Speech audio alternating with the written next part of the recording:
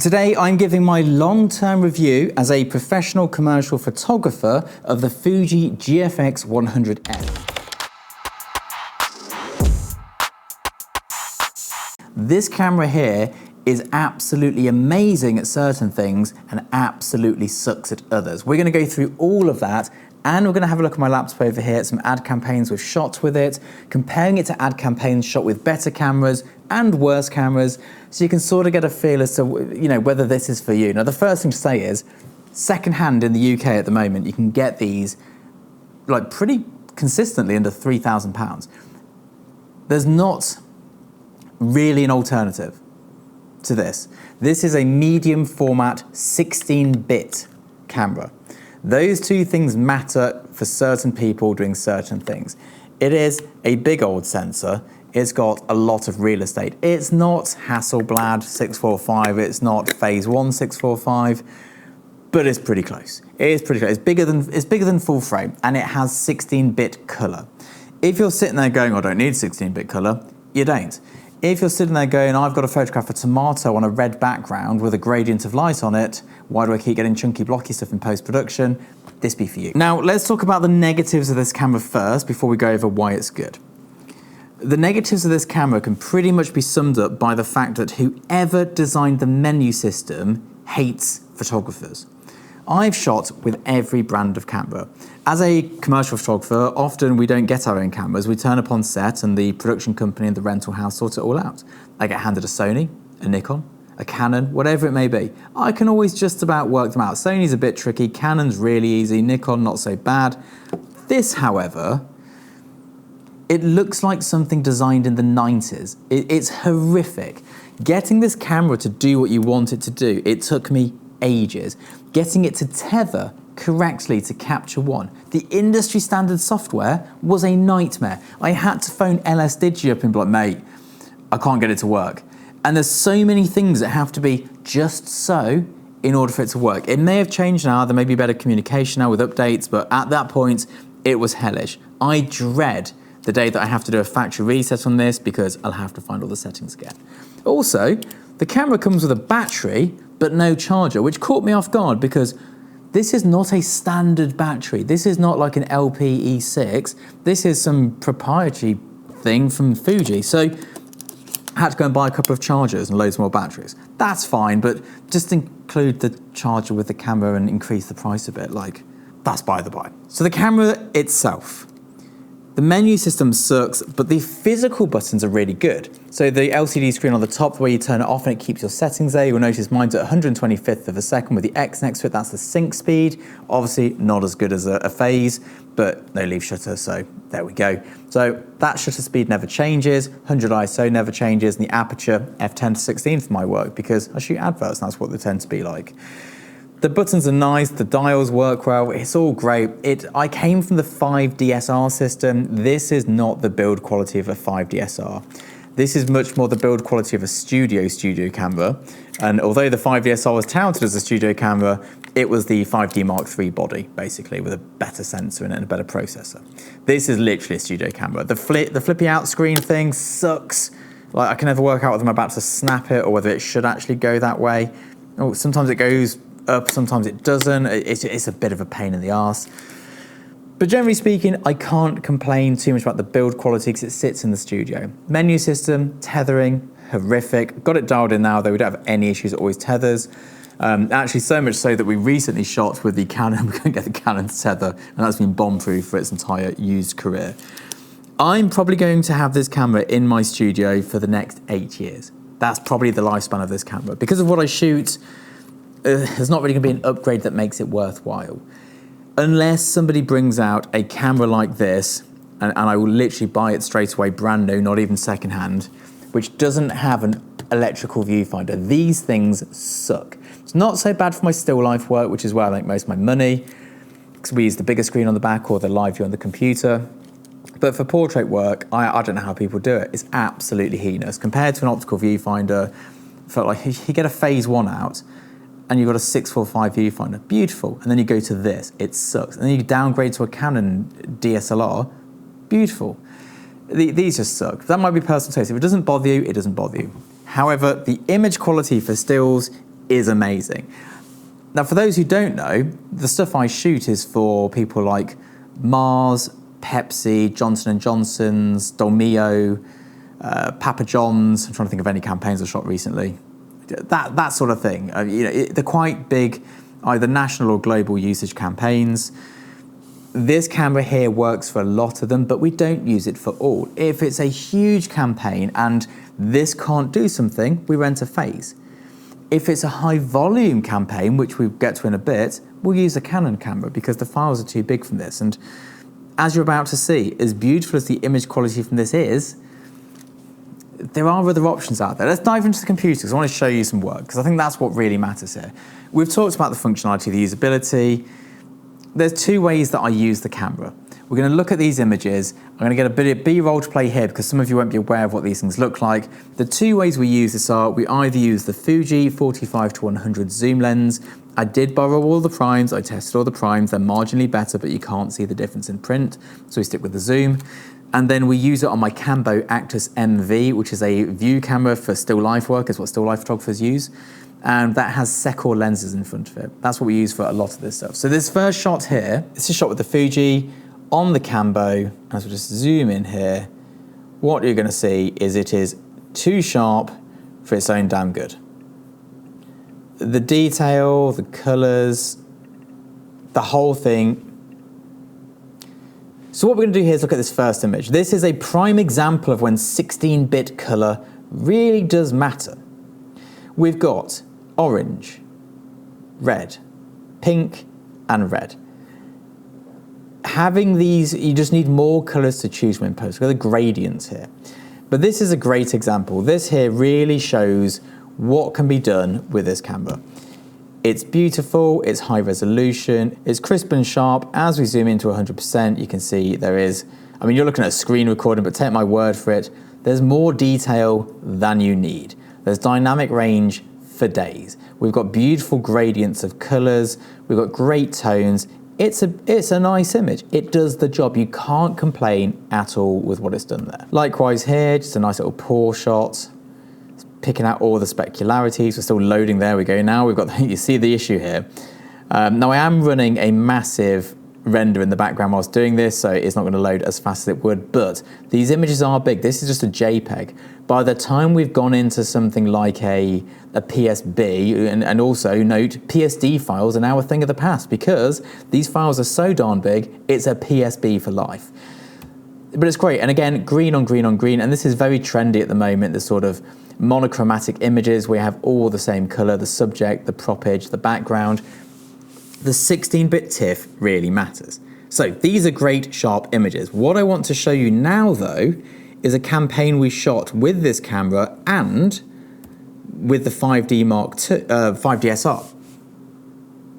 So here is a prime example of a high-resolution shot, and you can tell it's shot with the Fuji from the aspect ratio. So we zoom to 100%, we've got good detail, got bits flying through the air, got nice bits of fizz being captured here. It's a pretty standard shot.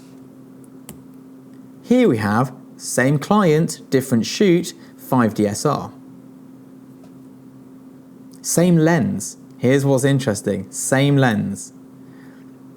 I would go as far as saying that the 5DSR image is sharper, is more contrasty. But what you will notice from a technical standpoint is we're running out of colors here and we're running out of latitude. But I do think, zoomed in, it does look sharper. Now, this was slightly different creative brief. They didn't want it as vibrant and bright as Poppy. Of course we can, obviously we're doing this with JPEG, so it's going to go absolutely ham when we start messing around with it, but we can start pushing stuff in here. But you get my point. The 5DSR, plenty sharp enough with the exact same lens, and these were both shot in my studio, both with the exact same bronze color lighting. So there's more to it than meets the eye. But then we go from the 5DS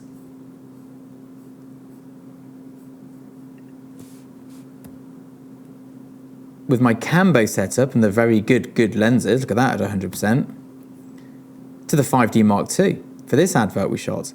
The name of the brand, it wasn't for Pot Noodle themselves, it's for a famous delivery company, can't remember it. 5D Mark II. It's not as sharp because the light was different, but it's not a bad image, is it? Doesn't ruin the image.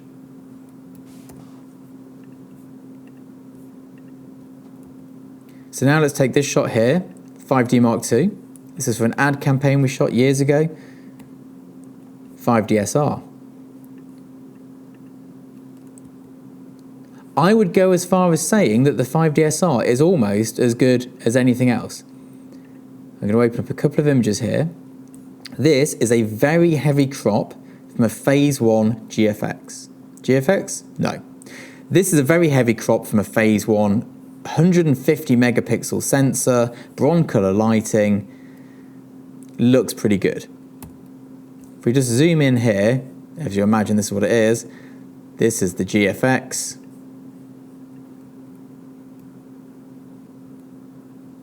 It's obviously it's not like for like, it's not apples and apples, we're more on the apples and pear train here, but you can see the issue we have. It's not a case of this camera's better, this camera's worse. This campaign here, we're asked to shoot it with the medium format cameras, but because Johnson & Johnson's needed us to shoot every single product they had for this campaign so they could use it all over the place, we had a real issue in file size. So these are shot on the 5DSR. And these are as sharp as you like. What you might be seeing here is going, it's not that sharp. The label is not as sharp as the camera resolves. Look at the lid. Look at the ring here. Printing on labels is never sharp. You don't notice it until you notice it. But this was lit to high heaven, these shots were. And again, 5DSR. Still with the cambo, still with the lenses from the 70s or 80s. Beautiful detail, very sharp. Of course, different lighting, can't really compare it exactly. What I'm going to do now is just grab a couple of adverts.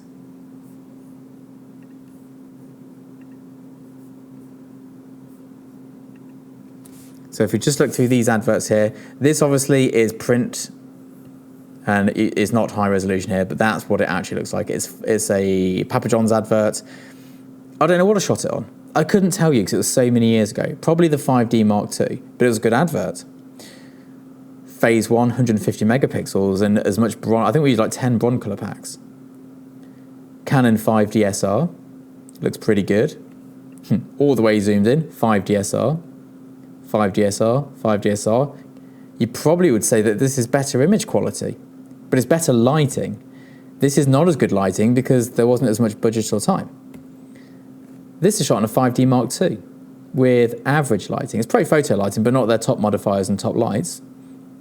This was shot on a 5D Mark I, I think, many years ago. Good advert, sits on the packaging for ASCIIs. What more can you want? It's a great hedgehog. You know, it's silly, it's fun, that's the advert. It's very difficult to say that a camera is better than another, even when we take shots. Let's take two different ones here. Same client, different camera. Different brief, different shot, different look, different color palettes. The color palette plays a huge role in how sharp this image looks compared to this image. The lighting's identical, but the colors are different. There's motion on this one, there's a splash. There's not in the other one. Like, there's a lot of things here. You know, we've got a fork hanging into a brownie, which is being held in by string at some point. And of course, you know, the brand will have their branding put on the phone there, and there'll be text on the rest of it. This is just the still from the advert. There's a lot more to it than just going, well, this is better. But when we take a look here, I'm going to add this guy in as well. This is shot on the 150 megapixel phase with a Sinar digital lens. This is as much money as you can throw at a camera. It's a good shot. This is shot on the GFX with a zoom lens. It's a good shot. And this just for the pink on pink option, also on the GFX with the zoom lens. Also, a good shot when it finally loads. My point being, if we take these two shots here, I don't think you can tell which one was a better camera. Now I can tell you for a fact that this was beautiful to edit. The skin tones are insane. This one here was easy to edit as well. The skin tones were not as good because we had white hair here and a bit of shine on the forehead. We did struggle, and you can see we've got a little bit of clipping in the hair. Now, so you could say, Scott, you should have lit it better. You should have turned the light down, but we needed the light down here, and honestly, a bit of clipping here. This is not the final file. This is the one before we did a lot to it, as you can see from the dirt on the glasses and things. I didn't want to give you an overly processed file, because then if I pulled this hair, but if you see the final file where this is not clipped, you're like, oh, it didn't clip at all, but it did clip. We just planed it back in again. The skin tones are good, the blues are good, the skin tones are good, the pinks are good. They're both very good cameras. There is a lot of imagery in here where it could be like, this was shot again with the GFX, but it would have worked fine with any other camera. Could have done the 5DSR and got just as good a result. It really is a case of how good of a photographer are you, not how good of a camera do you have. Here, for example, this is the most money you can throw at a camera. Again, 150 megapixels. I don't even know, oh, there it has loaded. 150 megapixels, lit beautifully with bronze color lighting, I think. Great stylist on set doing these lovely little bits of work here. Beautiful glasses that cost like £500 each. It's a nice photograph. Shot with a much cheaper camera, with a cheap glass and a cheap pint of beer, it's a nice photograph. So my point in showing you those is, apart from a bit of pixel peeping and nerding out, this is a great camera, but it's no better really than the 5DSR in terms of the final output. What this does do for you, and how this does help you, and why I do now recommend this camera if you're in the £3,000 budget, is that the files are much easier to work on than the 5DSRs. If we'd have had, at that time of shooting the Johnson & Johnson's campaign, this camera here, we'd have used this. The phase was too big, but the 5DSR in post-production, we did struggle on a few shots. On the portrait work, this is more user-friendly than using a phase one back on a medium format, on a large format camera body system with a Sinar lens and sync cables. It's messy. This is more functional. This is peak practicality with really good image quality. Now, as we've talked about stills so far in this video, one thing I want to very briefly touch on is the fact that this is medium format video. And guess what? I've never used it. In all the time I've owned this camera, I've never put that onto the movie switch. I couldn't tell you if it's good or not because I've got a Blackmagic 6K. I know it's not as good as the Blackmagic 6K for grading. It's something we need to look into. I believe I need to buy some sort of media. At the moment, we shoot to SD cards, which is really good. Not SD, SSD, which is really good. You chuck a 2 terabyte drive in this thing here and blitz it for hours. It's not something I've done only because I have a dedicated video camera and I haven't got the time to learn how to do it. Because it's not just going, oh, this is how you turn it into video mode, and then the video mode's on, and then you press this and this shit. It's not that. It's how do we work with it in post. You get a feel for raw files. When I get a Blackmagic file, I know what I'm going to do to it, and I know how it's going to respond. And that's really nice. When I get a GFX still now, I know how it's going to respond in Capture One to grading. When you start putting, I mean, stills cameras are not as bad. If I pull a still from a Canon, a Fuji, a Phase, I can get to grips with it in a few seconds. Video codecs are a nightmare. They're all over the shop, so for that reason alone, we've not touched the video functionality. To be honest, it'd probably be great if we could do it, because then we can literally leave this camera set exactly where it is and not have to keep doing resets, but for now, we're going to stick to the 6K for video work until it's really big jobs when we get the Phantoms out, and this here for my stills. You get better functionality and better practicality with a Canon or similar DSLR or whatever you want to call them.